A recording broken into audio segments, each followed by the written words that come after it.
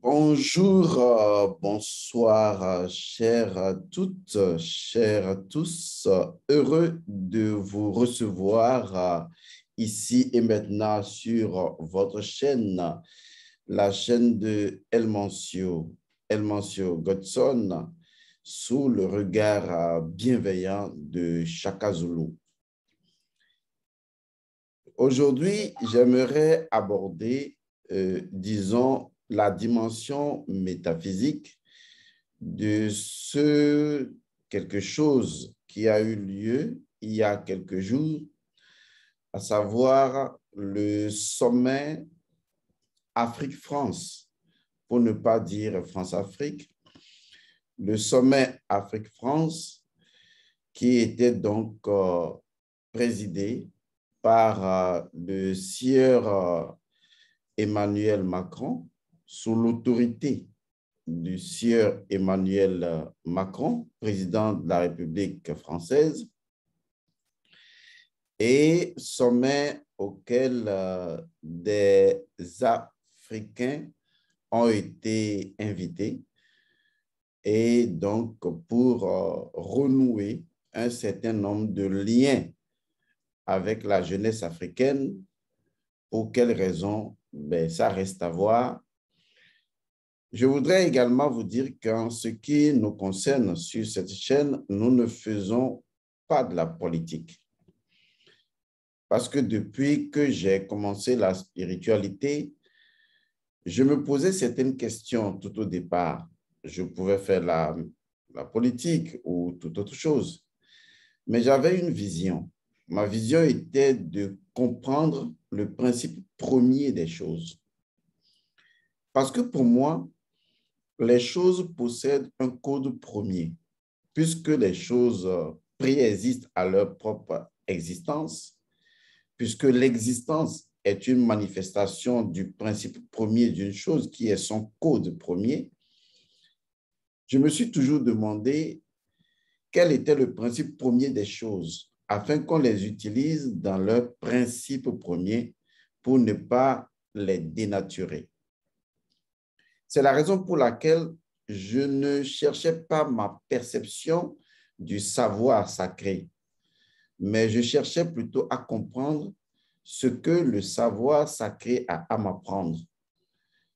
Et donc, je ne cherchais pas à traduire ma compréhension des choses. Je cherchais plutôt à comprendre ce que chaque chose, dans son principe premier, veut me faire comprendre. Les choses possèdent leur autonomie et leur souveraineté première. C'est ce qu'on appelle le principe premier de la chose.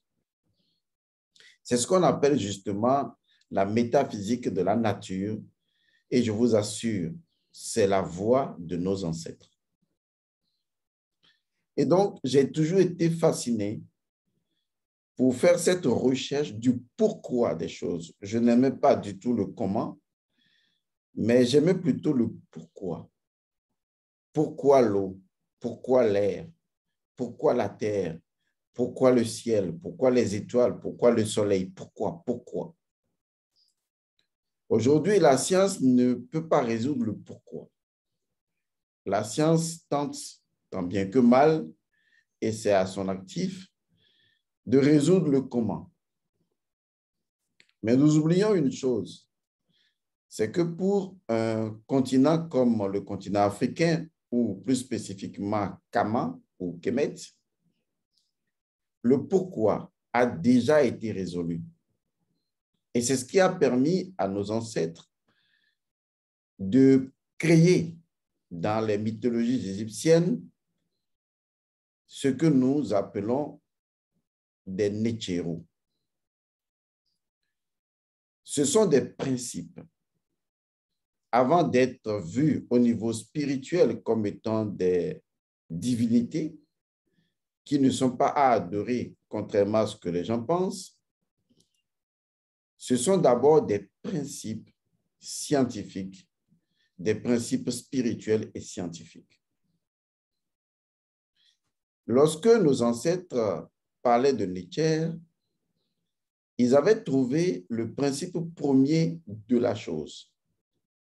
Parce que pour eux, si on ne connaît pas le principe premier d'une chose, on ne peut pas savoir dans quel ordre la chose se positionne et comment est-ce qu'on peut l'équilibrer, puisqu'on ne peut pas équilibrer une chose sans connaître son ordre premier, et on ne peut pas harmoniser une chose que nous sommes censés équilibrer si, entre-temps, on n'avait pas la connaissance de son principe premier. C'est la raison pour laquelle nos ancêtres ont créé la Ma'at. En fait, quand je dis créer, c'est une façon de parler, les mots physiques étant limités. C'est une façon de dire qui nous ont permis de comprendre la Ma'at. La Ma'at est cette, excusez-moi le terme, matrice divine qui regroupe tous les Nichiru et leur code premier.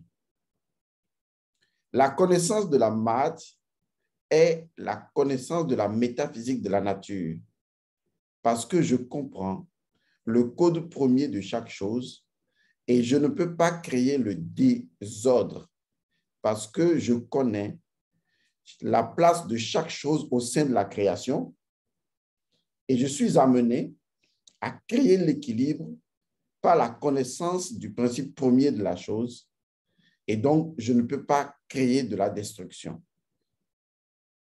C'est pourquoi la Ma'at s'oppose à Isfet, qui est la destruction, le désordre.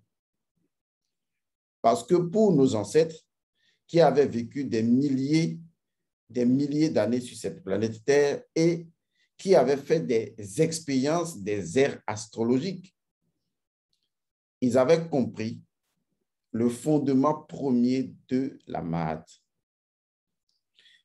Lorsque je dis souvent que nos ancêtres ont passé des milliers d'années sur cette planète Terre et que je me réfère aux ères astrologiques, les gens ne comprennent pas. Parce qu'aujourd'hui, nous parlons de l'entrée dans l'ère du Verseau et que nous avions dépassé l'ère des poissons et que nous avions dépassé des ères antérieures. Mais je reviens toujours à cet élément fondamental. Si nos ancêtres, il y a 13 000 ans, avaient créé, ou il y a plus de 13 000 ans, avaient créé le Sphinx qui représente l'ère du lion, l'ère du lion qui se retrouve à 13 000 années de l'ère du Verseau, il va sans dire que nos ancêtres avaient la connaissance des ères astrologiques. Mais la question la plus simple à se poser est la suivante. Comment nos ancêtres pouvaient-ils avoir la connaissance des ères astrologiques s'ils n'avaient pas vécu les ères astrologiques en plusieurs séries? Alors que nous savons qu'une ère astrologique dure approximativement entre 2160 ans et 2600 ans et que la somme fait pratiquement une durée de 26 000 années. Et donc, il va sans dire que pour avoir la maîtrise des ères astrologiques, il faut les avoir vécues plusieurs fois. Il va sans dire que nos ancêtres ont vécu plusieurs ères astrologiques ou plusieurs cycles d'ères astrologiques, c'est-à-dire 26 000 années fois un certain nombre de périodes avant d'arriver à maîtriser les ères astrologiques et à concevoir le Sphinx, dont ils savaient qu'il était à équidistant de l'ère du Verseau et qu'en réalité, c'est pour annoncer l'ère du Verseau qui nous fait entrer dans 13 000 ans plus tard. La précision avec laquelle nos ancêtres travaillaient montrait qu'ils avaient la connaissance du principe premier des choses. L'Afrique a créé la médecine parce que nos ancêtres avaient la connaissance du principe premier des plantes. Ils savaient à quoi une plante pouvait servir. Ils savaient comment guérir les gens, comment soigner et guérir les gens. Ils avaient la connaissance des mathématiques la connaissance astrologique, astronomique. Comment pouvaient-ils avoir une telle connaissance? C'est parce qu'ils avaient vécu plusieurs ères astrologiques. Or, chaque ère astrologique possède son code premier. Et donc, l'ère dans laquelle nous sommes aujourd'hui, qui est l'ère du Verseau, dans laquelle on est en train d'entrer, si on suppose que cette ère est passée plusieurs fois, je dis bien, si on suppose que cette ère astrologique est passée plusieurs fois, il va sans dire que ce n'est pas pour la première fois que nous sommes à ce niveau de développement technologique. Et que ce n'est pas la première fois que l'histoire, sous cette version, est en train de se produire. Car ce qui est intéressant avec les cycles, c'est que les mêmes événements se répètent comme une forme de récurrence. Et c'est ainsi que l'univers cycliquement fonctionne. Ça veut dire que le jour où on se retrouvera dans l'ère du Bélier, on vivra les mêmes expériences.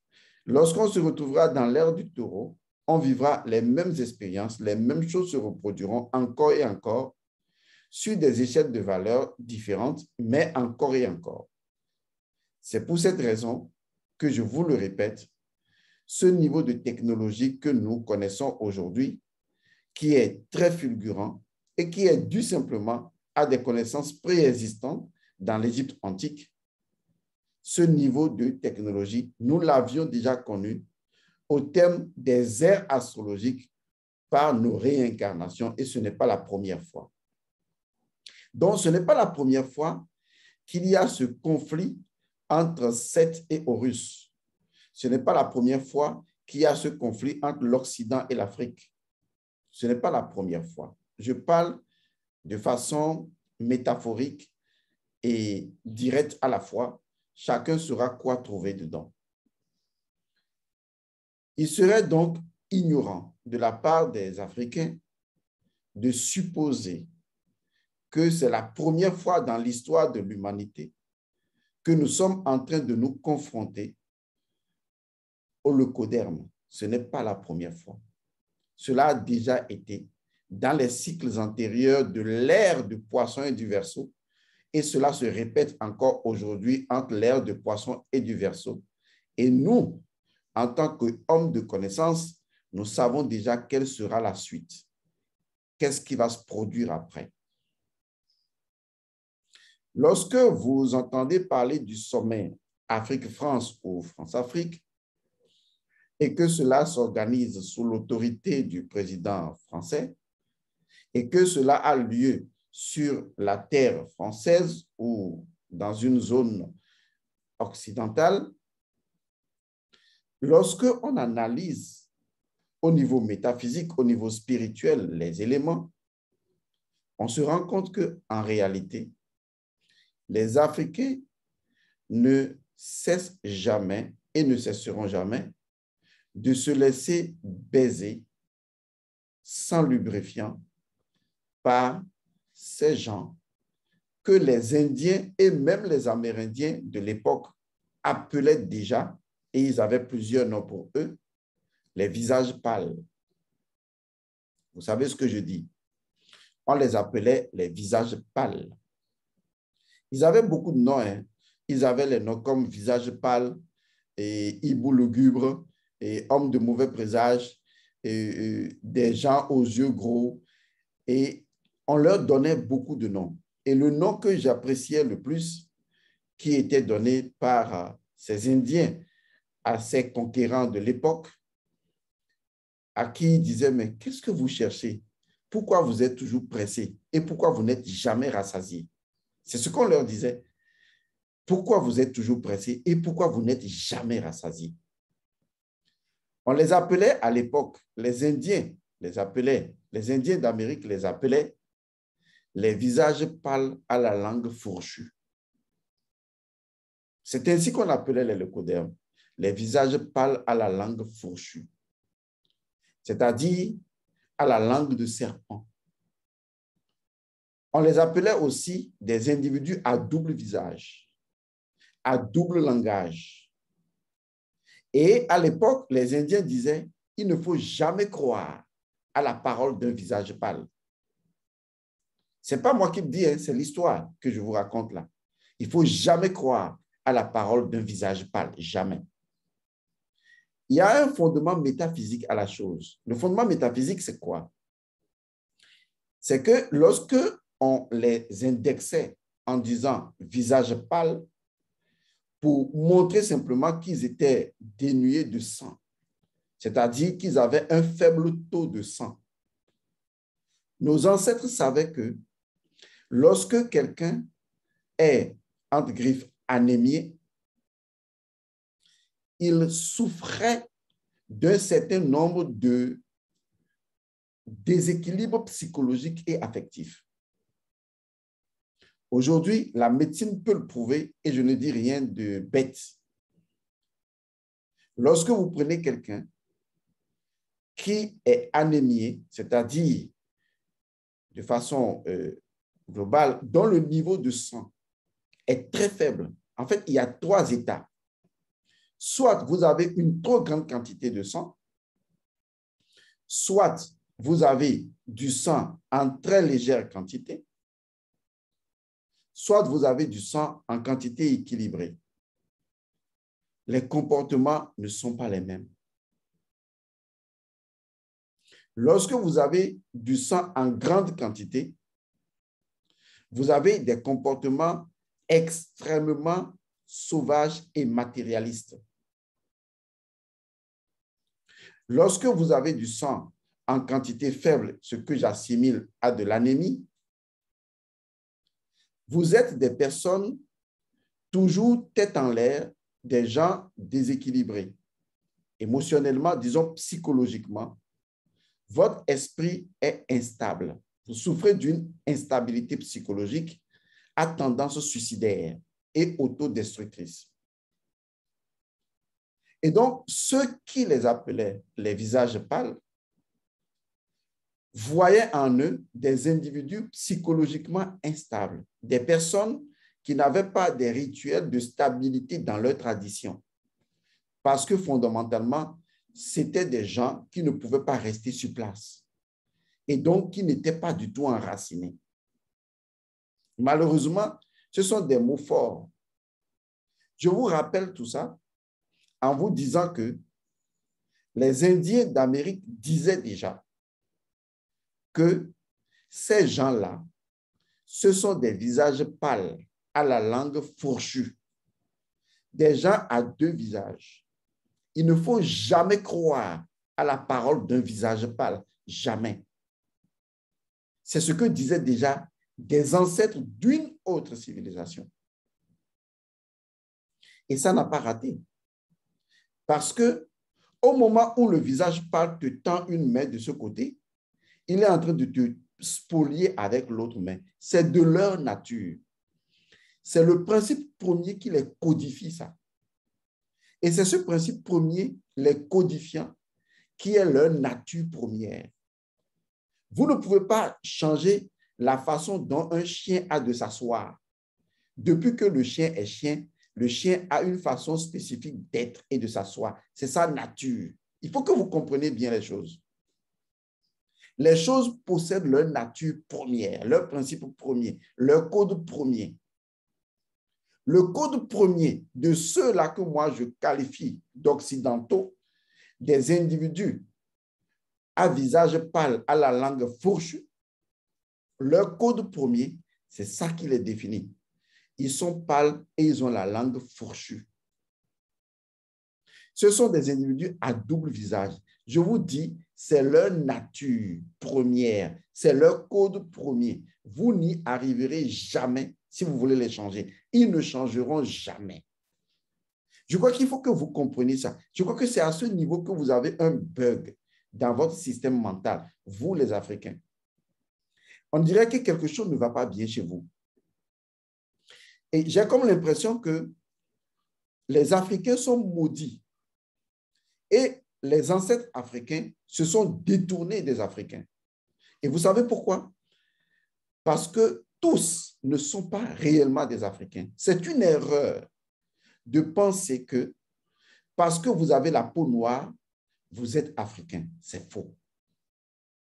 J'ai déjà fait une vidéo dans laquelle j'étais en train d'expliquer que seul l'être humain ou l'humain a la capacité de reconfigurer son mental pendant que sa peau est autre. Un chien est un chien. Un lion est un lion. À la réunion des lions, on reconnaît les lions. Mais l'homme est l'animal qui peut se vêtir d'une peau de brebis, même s'il est un lion. Ça veut dire que sa peau extérieure ne comptait jamais sur ça. Il y a une autre peau, la peau mentale. Il y a une peau, la peau mentale, dont la racine est minou, et qui est également associée à la mélanine, le noir. Le noir se trouve dans la configuration mentale et non dans la peau, dans l'esprit, dans la façon d'appréhender, car l'Africain a une configuration mentale spécifique qui le distingue totalement, qui le distingue absolument du leucoderme. Mais je vous dis également que de la même manière que tous ceux qui ont la peau noire ne sont pas kémites, de la même manière, tous ceux qui ont la peau blanche ne sont pas des leucodermes. Car il y a des leucodermes qui sont plus kémites dans leur configuration mentale que des Africains qui ont la peau noire, mais qui ont complètement blanchi leur mentalité et qui ne sont plus des kémites, qui ne sont plus des Africains. Je vais vous dire une chose. Il y a une malédiction sur l'Afrique. Cette malédiction vient du fait que les Africains se sont détournés d'une seule chose. La seule chose qui devrait pouvoir leur permettre de se connecter à leurs ancêtres et de bénéficier de la sagesse de leurs ancêtres. C'est la maths. Ils n'en savent rien. Ils ont accepté une autre forme d'éducation au lieu de se retrouver uniquement dans l'éducation par la maths, de la maths, dans la maths. C'est la maths seule qui est la matrice dans laquelle se trouvent tous les Nichérous, car la maths a donné naissance à tous les Nichères. Et c'est au cœur de la maths, à travers la maths, par la maths, que nous pouvons nous connecter à nos ancêtres. Mais même si vous allez sur ce terrain, très peu savent ce qu'est la maths, très peu savent les principes premiers des Nichérous, très peu savent quels sont les rituels et les cérémonies qui permettent justement de véhiculer, en étant connecté à l'énergie des ancêtres, de véhiculer l'énergie des ancêtres. La première étape pour sortir de cette malédiction qui plane sur le continent africain et sur l'Afrique elle-même, et je m'en vais vous dire une chose qui va vous surprendre. Les Africains ne méritent pas l'Afrique. Vous, les Africains, vous ne méritez pas la terre de Kemet. Il y a des Africains qui sont sur la terre de Kemet, de Kama, ou même dans la diaspora, qui ont la peau noire, qui se présentent africains, mais vous ne méritez pas la terre de vos ancêtres. Et cette terre-là, elle a une identité première qui lui est propre, mais vous ne la connaissez pas. Et donc, ne connaissant pas cette identité première de votre propre terre, identité qui se trouve dans la maths, puisque cette terre est en soi-même un éther, ne connaissant pas l'identité première de votre terre, ce que cette terre veut de vous, de comment vos ancêtres ont connu l'identité première de cette terre, qui leur a conféré de par cette identité première, ce code premier, le pouvoir de nommer cette terre Kama. N'ayant plus cette connaissance, vous déviez non seulement de l'identité première de votre terre, ne la connaissant pas, vous allez vous corrompre avec une identité d'une terre qui ne sera jamais la vôtre. Je vais vous donner un exemple pratique pour que votre cerveau, qui a été souillé dans sa configuration mentale, comprenne ce que je dis. Car c'est là que se trouve votre malédiction. Ne pas comprendre que c'est dans votre tête, dans la mentalité, dans votre mine personnelle, dans votre Dieu mine personnelle, dans votre mentalité, que se trouve la dimension fondamentale du fonctionnement de l'esprit africain qui passe forcément par le cœur. Quand je précise qu'il passe forcément par le cœur, vous allez comprendre. Le vrai problème de l'Afrique, ce sont les intellectuels africains. Aucun intellectuel africain ne redressera l'Afrique. L'Afrique ne sera pas redressée par les intellectuels. Parole de Helmancio Godson, ça n'arrivera pas. Parce qu'il faut connaître d'abord l'identité de Kama. Quel est le principe premier de Kama? Le principe premier de Kama n'a aucune relation avec l'intellect, ni avec l'intellectuel, ni avec l'intellectualisme. Lorsqu'on me parle des intellectuels africains, ça me fait rire. On doit supprimer ce mot, intellectuel africain. Ça n'existe pas. Nous et nos ancêtres, nous avions fini déjà avec l'intellectualisme en tant que système depuis des milliers d'années et nous en avions vu la limite dans sa logique et dans son raisonnement, dans son double langage, dans son utilisation perfide des valeurs. Nous avions déjà vu ça. Maintenant, ces peuples-là, qui étaient des peuples primitifs et qui aujourd'hui font l'expérience d'un début d'intellectualisme et d'intellectualité, c'est maintenant que vous revenez pour redevenir intellectuel alors que vous aviez déjà, de par l'énergie de vos ancêtres, transcendé l'intellectualisme et l'intellectualité pour entrer dans le principe premier des choses, car le principe premier des choses ne peut jamais être connu par l'intellect. Jamais. C'est ce qui a amené nos ancêtres à créer la dimension symbolique, la pensée symbolique, pour justement faire barrière à l'intellectualisme qui, en réalité, possède le fondement de la langue fourchue. Je pèse mes mots. Donc, aucun intellectuel africain ne pourra développer l'Afrique. Ça ne se produira pas. Parce que l'énergie première de Kama est au-delà de l'intellectualisme, de l'intellectualité et de l'intellectualisation, de l'intellect lui-même. Ça ne peut pas se faire. Nous avions déjà laissé l'intellectualisme aux Chinois depuis très longtemps, que les Lao Tse ont pris pour créer la morale en Chine. On leur a déjà laissé ça.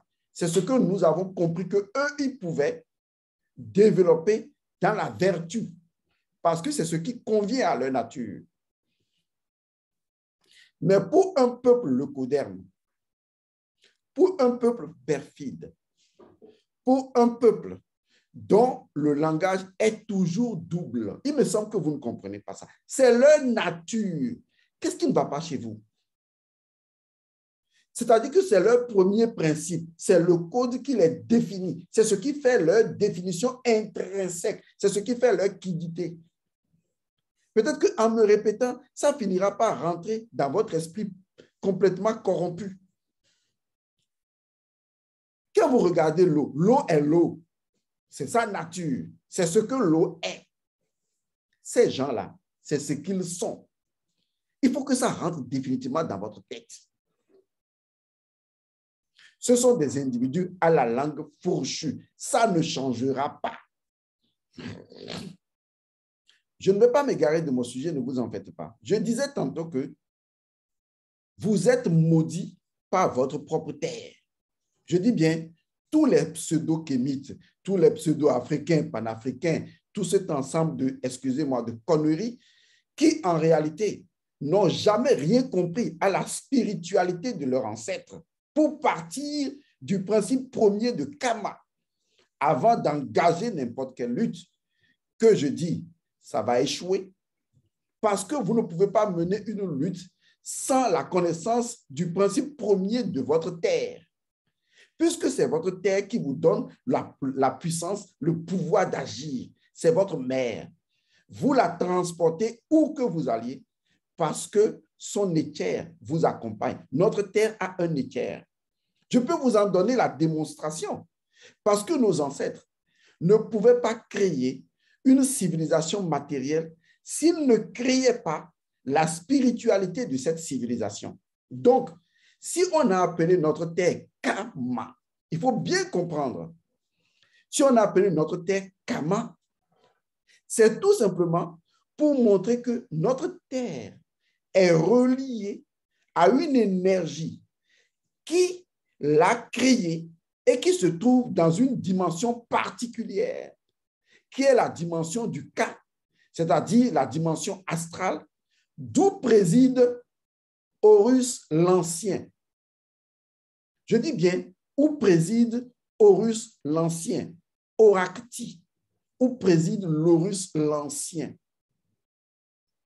C'est d'ailleurs pour cette raison qu'on disait que nos ancêtres n'ont pas seulement conquis la terre, mais ils ont conquis le monde de l'au-delà. Comprenez bien ce que je dis. Comment je vais vous le dire encore? Parce qu'à la limite, vous ne comprenez pas que vous pouvez être extraordinairement intelligent et être bête. Il me semble que vous ne comprenez pas cela. Parce que pour vous, être intellectuel, c'est être intelligent. C'est faux. Les deux n'ont rien à voir. Vous pouvez être très intellectuel et manquer totalement d'intelligence. Et puis encore, manquer totalement de sagesse. L'intelligence et la sagesse se trouvent dans le cœur. Lorsque le cœur a soumis votre mental, vous retrouvez Osiris. Mais aucun d'entre eux n'a retrouvé la sagesse de leurs ancêtres. Je dis bien, votre terre africaine, notre terre africaine, la terre de nos ancêtres qui faisaient dans la connaissance du principe premier d'une chose. C'est pourquoi ils instauraient d'abord la divinité d'une chose avant d'entreprendre toute possibilité de construction autour d'une énergie qui est la divinité de la chose. Ce que vous appelez aujourd'hui égrégore, nous, on l'appelait le Ka ou le Nyama ou le Mana. Il faut créer d'abord ça. La civilisation Kama était déjà créée et était déjà présidée par Horus l'Ancien. C'est d'ailleurs pour cette raison que dans l'Énéade, vous allez voir souvent apparaître Horus l'Ancien. Vous ne comprenez pas pourquoi on l'appelle Horus l'Ancien. Et je ne vais pas vous le dire parce que vous êtes trop bêtes, vous êtes trop naïfs, vous les Africains. Et quand vous avez beaucoup d'accumulation de phrases et de linguistisme et de mots et de contours de mots, vous croyez que ça fait de vous un être intelligent. Vous ne faites pas la différence entre être intellectuel et être intelligent. Ça ne vous arrive pas. Parce que des fois, je me pose la question de savoir, mais est-ce que ça va bien chez vous? Et je me suis rendu compte qu'en réalité, les Africains sont maudits par le fait même qu'ils ne comprennent pas que le principe premier de la terre d'Afrique ou de Kama est sorti de la Maat.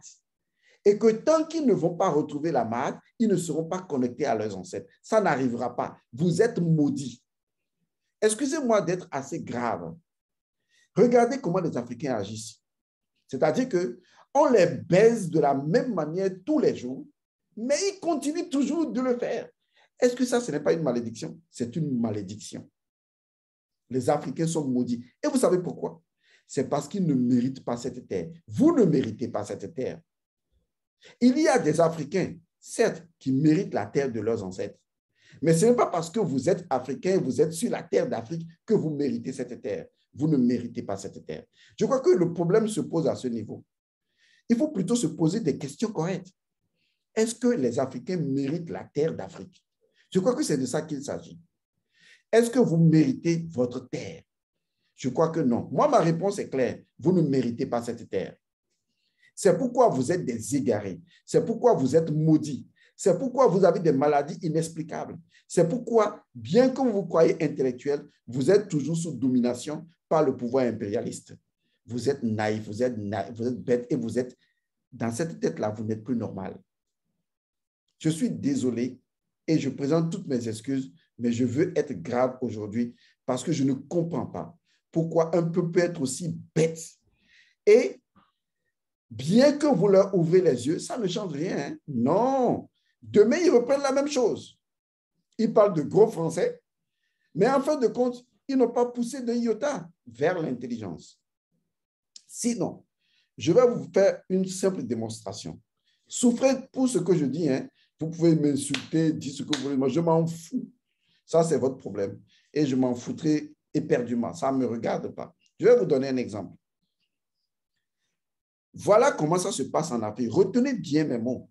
Principe premier, code premier de l'Afrique. Est-ce que vous connaissez le code premier de votre continent? Vous ne le connaissez pas. C'est pour ça que vous êtes bête. Parce que si vous connaissez le code premier d'une chose, vous ne pouvez pas travailler contre la chose. Vous travaillez contre votre patrie. Vous travaillez contre la terre d'Afrique parce que vous ne connaissez pas son principe premier. Je connais le code premier du continent africain, de Kama. Je connais ça. Et c'est sous cette autorité que je parle et sous l'autorité de nos ancêtres. Allez faire n'importe quelle consultation sur la personne de Helmans Godson et vous entendrez ce que le phare ou l'oracle vous dira. Et ça n'a pas raté pour beaucoup de personnes qui l'ont essayé. Parce que je sais qui je suis et je sais ce que je dis. Vous êtes des maudits. La malédiction de votre propre terre vous suit. La malédiction, ce n'est pas quelqu'un qui vous maudit. La malédiction, c'est lorsque vous tournez le dos à la malade. Et je vais vous faire une démonstration pour ne pas être long. Vous avez une fille. Vous êtes un parent. Vous avez une fille. Votre fille, elle revient à la maison un jour et elle est enceinte. Elle est enceinte d'un homme. C'est cet homme qui l'a mise enceinte. C'est votre fille. Un homme l'a mise enceinte. Donc, on peut dire qu'il y a problème. Parce que vous ne connaissiez pas l'homme et votre fille vous apporte une grossesse.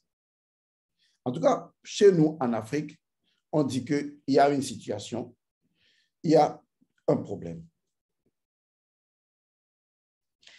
Ce que je veux vous poser comme question, votre fille vient à la maison, vous êtes papa, vous êtes maman, on lui a créé une situation, elle est enceinte, donc il y a un problème.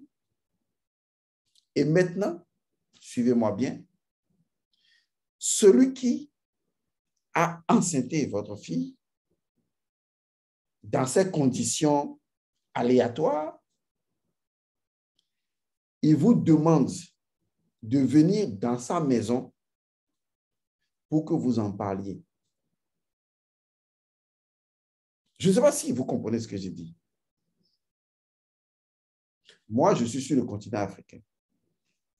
J'ai été éduqué dans la tradition africaine. Et je dis que la tradition africaine, ce n'est pas la tradition des barbares. C'est la tradition qui a maîtrisé le principe premier des choses. Donc, qui sait que les choses doivent se faire dans un ordre précis pour ne pas agir de façon contre nature. Quelqu'un enceinte votre fille et votre fille vient à la maison, vous constatez la grossesse, il y a situation. Et le monsieur vous envoie un messager, vous dit, oui, j'ai enceinté votre fille, mais si vous voulez qu'on en parle, eh bien, vous venez chez moi et on va en parler. En quoi est-ce que cette démarche correspond à la Mahat? En quoi cette démarche-là est mahatique? Je veux que vous me dites.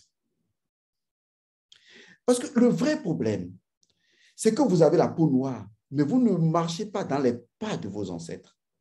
Marcher dans les pas de vos ancêtres, c'est de marcher dans les valeurs, des principes premiers des choses tels que vos ancêtres l'ont connu dans la maths et vous ont laissé cela dans le cultuel et le culturel, c'est-à-dire dans la tradition. Si vous n'avez pas compris ma métaphore, je vais vous l'expliquer. Parce que souvent, vous êtes très intellectuel, mais ça ne va pas chez vous. Un intellectuel n'a pas d'éthique. Il me semble que ça ne marche pas dans votre tête quand on vous dit ça. Un intellectuel, comprenez bien, je sais de quoi je parle. J'ai exploré les confins les plus incroyables de la spiritualité. Un intellectuel n'a pas d'éthique. Comprenez ça à la base. Un intellectuel n'a pas d'éthique. N'attendez pas d'un intellectuel qu'il soit un homme d'éthique. Ça n'existe pas. Ne soyez pas con. Souvent, j'entends des phrases, mais c'est un intellectuel et il agit comme ça. C'est parce que vous croyez que être intellectuel est synonyme d'être homme de valeur. Être intellectuel signifie être homme d'éthique. C'est faux. Il n'y a aucune corrélation entre être intellectuel et être un homme d'éthique. On peut être un intellectuel et être un homme de morale. Parce que la morale, elle est relative. Elle peut relever de la loi du plus fort. Ça, c'est en relation avec être intellectuel. Mais avoir de l'éthique n'a aucune relation avec l'intellectuel. Donc, vous pouvez avoir quelqu'un qui n'est pas un intellectuel et qui a de l'éthique. Et il est constaté souvent que les gens trop intellectuels n'ont plus d'éthique.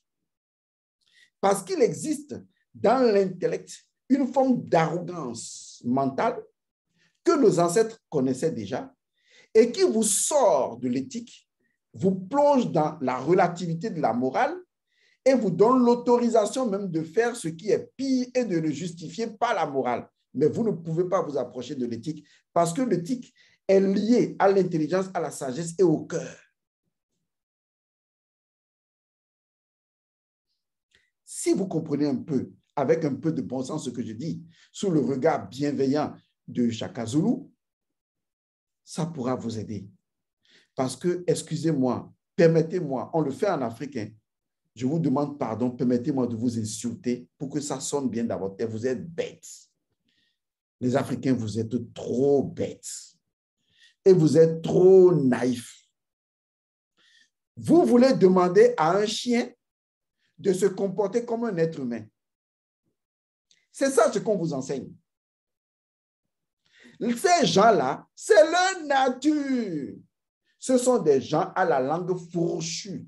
C'est de ça qu'ils vivent. C'est ce qui constitue leur code génétique. Ça ne changera pas. Les rares personnes qui sortent de leur civilisation et qui comprennent la cause kémite et qui deviennent kémites malgré leur peau blanche, ce sont des personnes qui ont retrouvé leur âme, qui ont retrouvé la stabilité de leur âme. Des personnes dont les âmes sont renées à partir de la maths. Je sais de quoi je parle. Donc, ils enseignent votre fille et ils vous envoient un message pour dire, si vous voulez en parler, eh bien, venez dans ma maison. C'est comme ça qu'on fait en Afrique. Et même si ce n'est pas comme ça qu'on fait en Afrique, en quoi est-ce que ça correspond à la maths, à la loi de la nature? C'est ce qui s'est passé à Montpellier. Vous avez un système qui viole l'Afrique, qui baise l'Afrique de façon sodomisante. Vous avez un système qui tue les Africains, qui envoie de faux vaccins pour assassiner les Africains et diminuer la population africaine. Vous avez des gens qui ne vous aiment pas. C'est une erreur de penser que ces gens vous aiment. Ils ne vous aiment pas. C'est parce qu'ils ne peuvent pas se passer de vous. Ils ne peuvent pas se passer de vous, c'est tout. Mais ça, il n'y a pas d'amour entre vous. Ils ne vous aiment pas. Ce n'est pas dans leur nature de vous aimer. Non. N'attendez pas de Macron qu'il vous aime. Il ne peut pas vous aimer. Mais quelle relation vous pouvez avoir avec quelqu'un qui est incapable de vous aimer?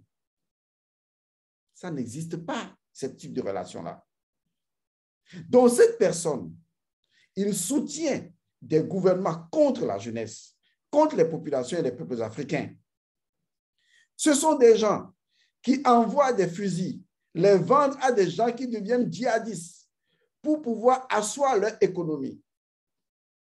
Ce sont des gens qui vous tuent insidieusement et qui n'ont rien à foutre des millions de morts en Afrique. Ce sont des gens qui ont créé la balkanisation de l'Afrique parce que c'est le seul moyen de contrôler les Africains.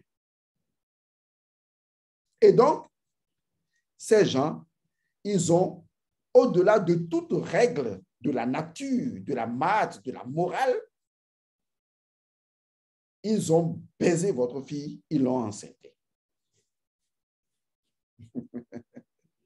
Et donc, comme vous n'avez pas de chien, comme vous n'avez pas de maison, ils disent, maintenant, on va parler de ça. On va parler de cette relation incestueuse-là. On va parler de cette relation isphétique. Mais vous venez chez nous. On est en mesure de vous payer le billet d'avion. Et oui, vous pouvez venir chez nous. Je vais vous poser une question. Hein. Donc, non seulement il y a des gens qui disent que la Terre Sainte, c'est à Jérusalem. Il y a d'autres qui disent que le lieu où on voit Dieu, c'est à la Kaaba. Vous avez quoi, les Africains? Vous voyez, ça ne va pas. Et pourtant, les Grecs, en leur temps déjà, qui sont leurs véritables pères de civilisation, pas les nôtres à nous, les Grecs appelaient déjà vos ancêtres les dieux. Les Grecs, leurs pères sauvages, appelaient vos ancêtres, nos ancêtres. Quand ils venaient acquérir la connaissance chez nous, ils nous appelaient les dieux. Ils appelaient notre langue les Médounétaires, la langue des dieux, qu'ils n'étaient pas en mesure de comprendre. Ils appelaient notre terre la terre des dieux parce qu'ils nous avaient déjà eux-mêmes divinisés dans leur propre esprit. Mais vous, parce que vous avez décidé de vous comporter comme des enfants bâtards, et un enfant bâtard, c'est comme ça qu'on le traite, on le nique sans préservatif, on le nique sans lubrifiant, on le viole, on le pourfende, on le détruit. Et ensuite, on lui dit, pour en parler, viens chez nous.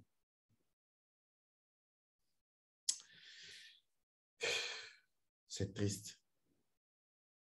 Je dis bien, c'est extrêmement triste. Quand est-ce que vous allez vous poser les bonnes questions pour décider de marcher dans les pas de vos ancêtres? Il ne suffit pas de parler de vos ancêtres. Tout le monde peut parler de vos ancêtres. Même eux-mêmes, ils parlent de vos ancêtres. Mais il s'agit de marcher dans les pas de vos ancêtres. Posez-vous la question, que feraient nos ancêtres s'ils étaient là? Comment ça se passe en Afrique? Mais est-ce que vous comprenez le sens dans nos langues traditionnelles? Est-ce que vous comprenez la dimension sacrée de Ahome, c'est-à-dire la maison? Vous comprenez ce que ça veut dire, la maison? Vous voulez traiter de mes problèmes à moi. Et c'est vous qui êtes à la cause de la situation. C'est vous qui initiez la rencontre. Ça ne se fait pas en Afrique. Parce que si vous avez détruit la vie de quelqu'un et son père est vivant, sa mère est vivante, c'est aux parents qu'on demande la permission d'organiser une rencontre. Ce n'est pas à vous. Parce qu'on attend de voir est-ce que la personne qui a été blessée est en mesure de vous recevoir. Et donc, nous, aujourd'hui, Africains, avec toute cette fragilité qui existe au sein de notre propre communauté, est-ce que nous sommes prêts à recevoir ces gens? Est-ce que nous sommes prêts à initier? Parce que celui qui initie la rencontre est le maître de la rencontre. Parce que initier une rencontre, c'est poser la première pierre énergétique de la rencontre. Chez vous, c'est Macron qui initie la rencontre. Après avoir mal baisé votre fille, votre femme, votre mère. Et vous vous déplacez pour aller à sa rencontre. Je dis, je ne fais pas de la politique. Je suis dans la tradition de nos ancêtres, dans la métaphysique de la nature, et j'explique cela avec les codes premiers tels que la marque l'exige. Ces gens, pour traiter avec eux, vous devez d'abord les purifier. Est-ce que vous les avez purifiés? Est-ce que vous vous êtes purifiés? Vous parlez, oui, nos ancêtres, au nom de nos ancêtres. Vos ancêtres, ils sont où? Vous les connaissez? Vous pensez que les accoutrements que vous avez démontrent que vous êtes africain? Non, ce n'est pas comme ça que ça marche. Arrêtez ça. Si vous me suivez bien, j'ai déjà parlé de beaucoup de choses.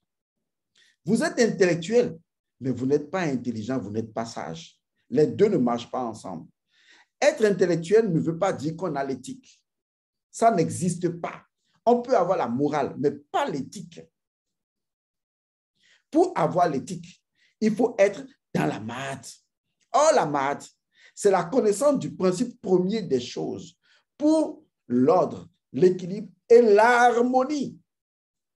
Ces gens ne connaissent pas la maths. Ils ne peuvent rien faire de bon avec vous. Parce qu'il n'y a rien de bien qui puisse se faire sans la maths. Ils ne connaissent pas la maths. Ils ne sont pas les enfants de la maths. Parce que vous-même, vous êtes devenus des renégats. Vous n'êtes plus des enfants de la maths. C'est pourquoi vous vous associez dans cette relation illégitime et illicite avec eux. Comprenez-moi bien. Je ne refuse aucune rencontre. Mais les rencontres doivent se dérouler selon les statuts de chaque culture, de chaque tradition. Parce que c'est là où se trouvent nos valeurs, c'est là où se trouve notre identité, c'est là où se trouve notre culturel, nos ancêtres et les man et les nyaman de nos ancêtres qui se retrouvent dans la démarche de ce que nous sommes en train de faire.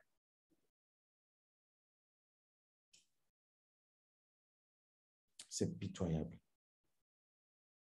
C'est que c'est tellement pitoyable que même si tu as envie de pleurer, ça t'arrête de pleurer quand tu regardes la bêtise que les gens font. Donc, pour vous dire que ce sommet Afrique-France, vous voyez, on déplace les mots. France-Afrique, c'est la même chose.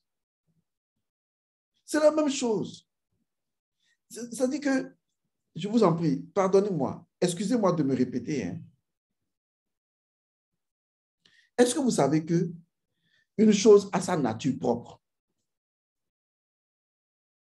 Ces gens-là ont leur nature propre. C'est ça que vous devez comprendre. Ce sont des gens qui pensent une chose et en même temps sont contraires. C'est comme ça ils sont. Ils ont la langue fourchue. Ils sont des menteurs de par nature. C'est ça leur principe de survie. C'est comme ça qu'ils sont. Notre rôle à nous, c'est justement de leur servir de soubassement éthique pour qu'ils deviennent plus humains, plus humanisés et qu'ils évoluent de façon équilibrée et non autodestructeurs ou destructrices. Mais vous sortez de votre identité de la terre-mère, de votre identité martique Et vous vous projetez dans leur identité à eux, espérant les ramener où? À vous comprendre. Ils ne peuvent pas vous comprendre. Ils ne sont pas nés pour vous comprendre.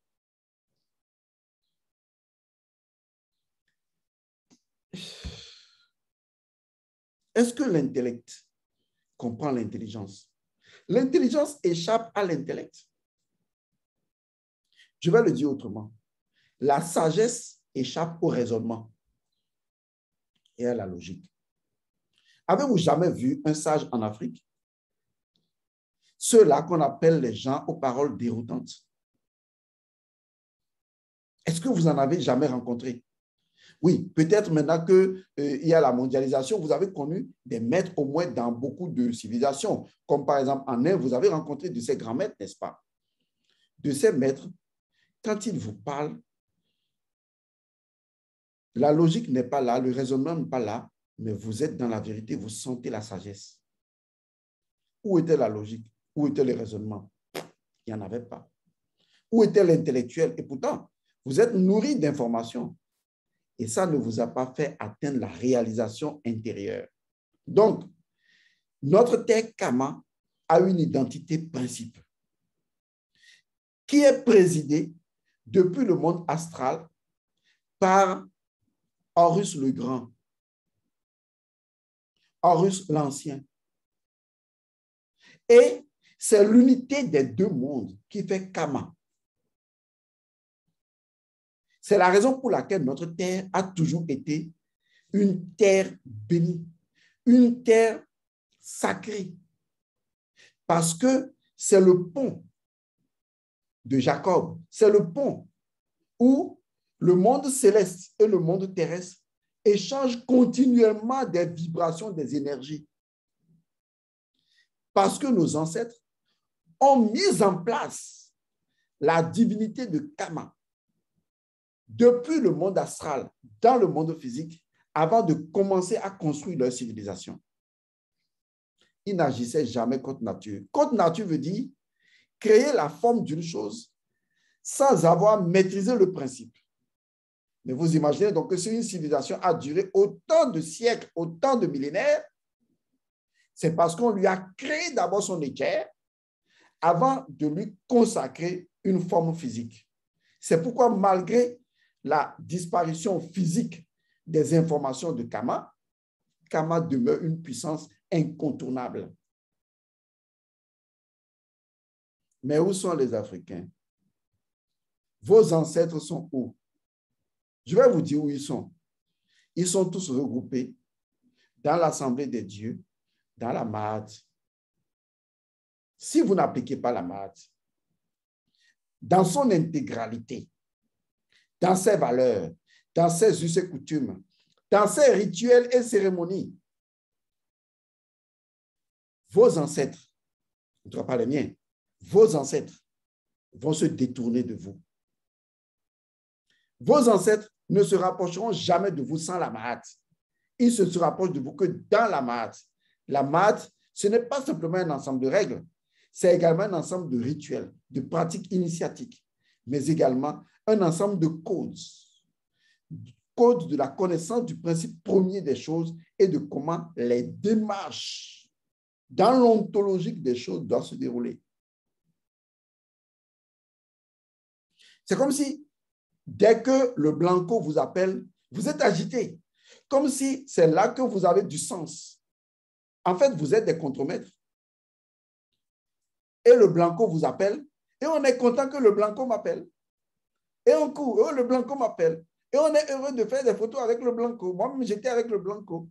Et ça n'a jamais changé alors. Vous êtes qui?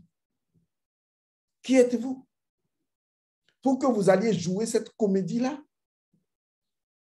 Je crois qu'à un moment donné, il faut arrêter la bêtise. Parce que le vrai problème, c'est que vous n'arrivez pas à arrêter la bêtise. Et les gens qui se proposent de vous dire la vérité, vous êtes contre eux. Parce que vous avez honte et vous n'osez même pas déclarer que vous avez honte. Parce que vous êtes bâtard et vous n'osez même pas déclarer que vous êtes bâtard. Parce que être bâtard, c'est justement ne pas marcher dans les pas de ses ancêtres. Eux, au moins, ils ont le privilège de marcher dans les pas de leurs ancêtres. Ils ne sont pas différents de leurs ancêtres et ils ne seront jamais différents de leurs ancêtres. Et je dirais qu'au moins eux, si la nature leur donne la domination sur vous, c'est qu'eux, au moins, ils sont en accord avec ce que leurs ancêtres faisaient et ils sont en accord avec leurs ancêtres. C'est pour ça qu'ils ont autant de puissance sur vous. Vous voulez faire ce que leurs ancêtres demandent de faire. Mais que demandent vos ancêtres et qu'est-ce que vous en faites? Une fois encore, je ne suis pas politicien. Je ne fais pas de la politique. Je suis métaphysicien. Mon rôle n'est pas de discréditer un pseudo-sommet dont la finalité n'a aucun sens pour moi. Mais je voudrais parler à mes frères africains ou qui se croient africains parce qu'ils ont la peau noire pour leur dire, vous avez mal agi. Vous n'avez pas respecté la Mahat. Vous n'avez pas respecté vos ancêtres. C'est normal. Souvent, quand on est même en outre-mer, on ne comprend pas plus ces choses-là. On est déraciné, on n'a plus ces valeurs. Et c'est sur ça que les gens s'appuient pour créer encore plus de clivages. L'Afrique ne peut jamais se développer en dehors de sa spiritualité.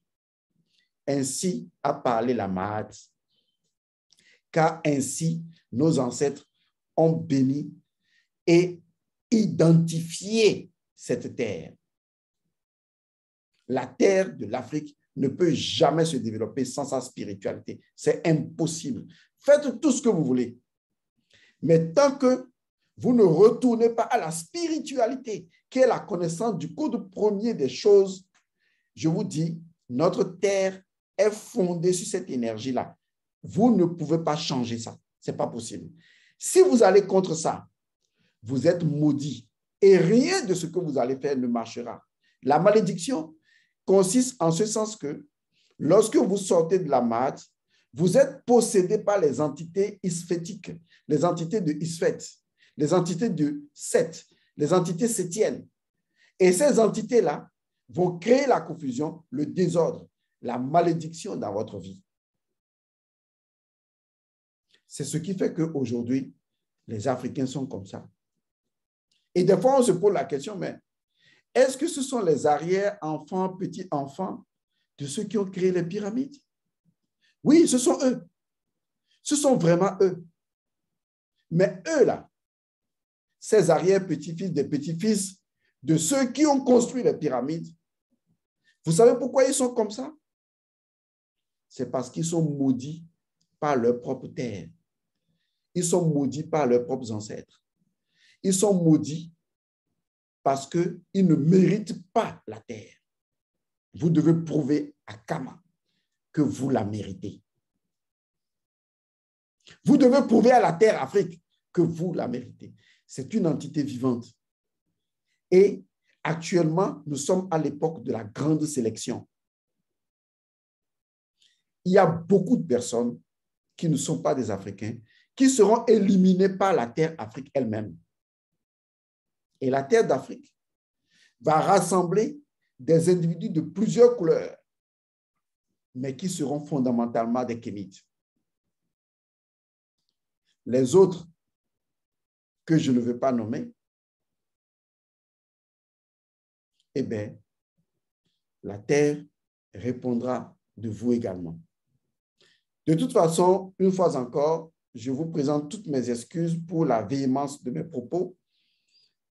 Je sais que des gens ne seront pas d'accord avec moi, ce n'est pas mon problème. Mais je fais cette vidéo historique. Je vous demande de la partager pour qu'elle reste dans l'esprit des gens. Chaka, je te salue. N'oubliez jamais ceci. Est-ce que vous connaissez le principe premier de ces gens? Ce qui fait qu'ils sont eux, eux. Ce qui fait que l'eau est l'eau là. Ce qui fait que eux, ils sont eux là. Est-ce que vous connaissez ça? et ce qui fait que vous, vous êtes vous là. Est-ce que vous le savez? Ce qui fait que leur terre est ce qu'elle est là. Est-ce que vous le savez? Est-ce que vous savez ce que votre terre est qui fait de votre terre ce qu'elle est? Est-ce que vous le savez? Si vous n'avez pas ces connaissances, vous n'êtes pas intelligent et vous agirez toujours contre la terre de vos ancêtres. Moi, j'en ai fini. J'ai dit.